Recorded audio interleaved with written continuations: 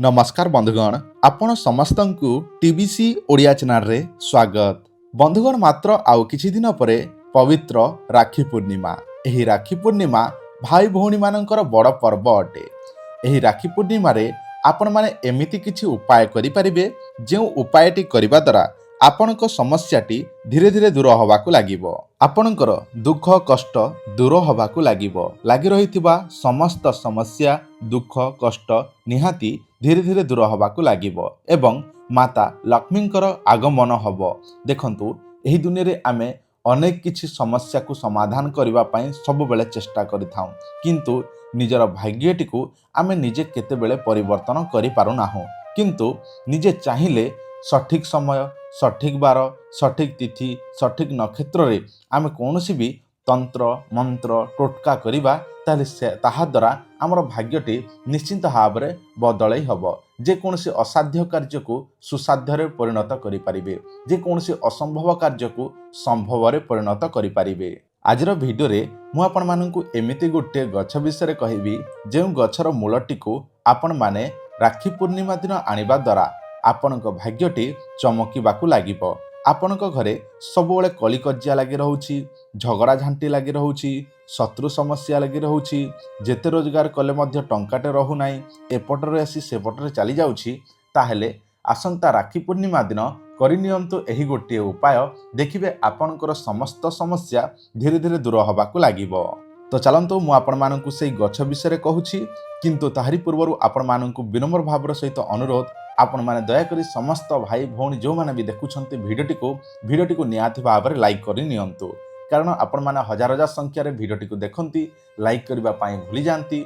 Like आपणकर गोटे गोटे लाइक आम भिडियो बनैबार उत्साह बढ़ाई थाए। आपण मानकु अनेक किछि तंत्र मंत्र जंत्र अनेक उपाय प्रयोग विधि जणेबा पई आमको उत्साह बढ़ाई थाए। तो दयाकरी आपण माने भिडियोटी को निहाती भाव में लाइक करंतु। बंधुगण, आपणको मोबाइल स्क्रीन रे जेउ गछर चेरटी देखा जाउछि, एही गछटी को आपण माने निहाती भाव में देखिले चिन्हि पारुथिबे।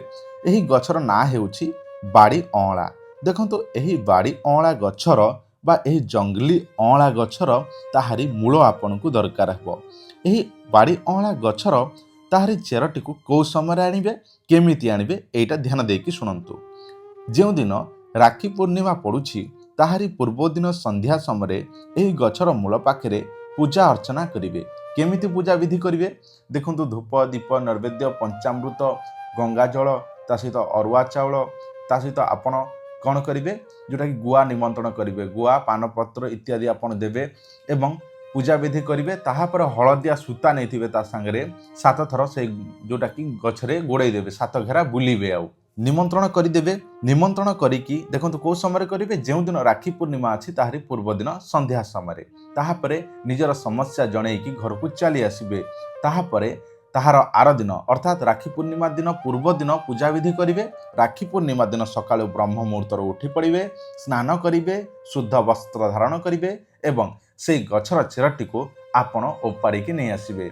ताहा परे सेई चेरटी को गोटे हलदिया कपड़ा रे जोटा कि जो माटी लगी ता सहित ही आपण हलदिया कपड़ा रे बांधी देवे एवं निजर घरे जोटा कि टंका पैसा रखुवा स्थान रे रखिवे।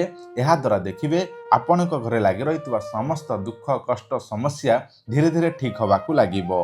देखंतु एही उपाय आपण केवल ओ केवल जे कोनोसी राखी पूर्णिमा दिन करिबाकू पड़िबो। जदि आपण माने राखी पूर्णिमा दिन करिबाकू चाहुछंती ताले आपण माने श्रद्धा विश्वासर सहित एही प्रयोगटी करंतु। देखिबे आपणकर समस्या धीरे धीरे दूर होबाकू लागिबो।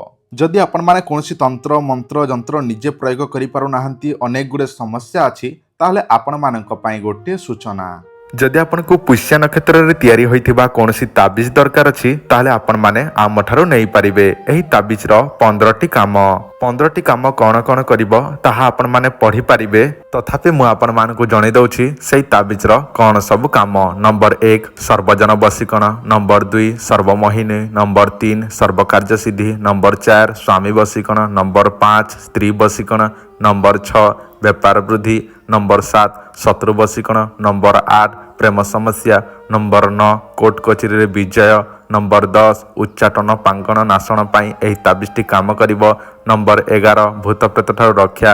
ନମ୍ବର 12 ବିବାହ ସମସ୍ୟା। ନମ୍ବର 13 ନବଗ୍ରହ।